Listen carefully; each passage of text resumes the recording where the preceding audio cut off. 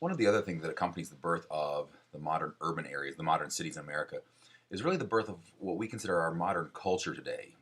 Back in the late 1800s, mid to late 1800s, you see really a lot of things that we associate with modern life beginning to develop in American cities. For instance, a lot of the technological developments that occur back during the mid to late 1800s, the birth of the skyscraper, something that is kind of synonymous with urban life today. Architects such as Louis Sullivan and Frank Lloyd Wright, who use cutting edge design techniques. The introduction of things like the Flatiron Building in New York City, which is still to this day in Times Square, is really one of the first buildings using a steel infrastructure or a steel frame around which the walls are built. Prior to that, the buildings were kind of limited in height because at the base you had to make the walls so wide so it would stand. Well, once you start putting steel and then hanging the walls off steel, you weren't limited by that anymore like you were with a masonry building. You get the birth of flight. Orville and Wilbur Wright in Kitty Hawk, North Carolina, becoming the first men to have a powered flight, not a hot air flight or lighter than airship or something like that, but a real powered flight.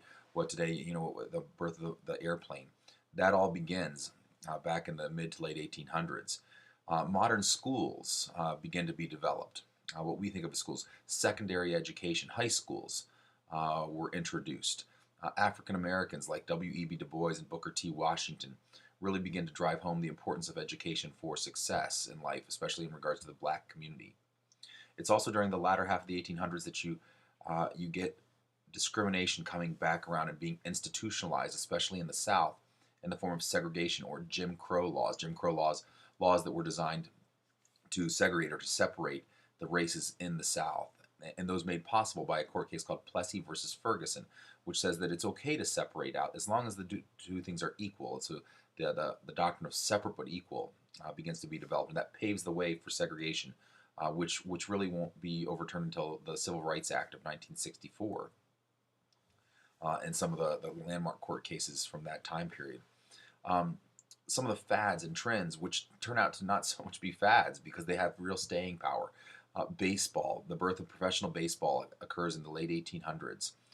The bicycle is invented, and again, something that really has truly stood the test of time. That today, still to this day, having a big impact on our lives. Tennis is invented. Boxing becomes popular. You see modern products being developed. Things Coca-Cola develops in the late 1800s in that time period.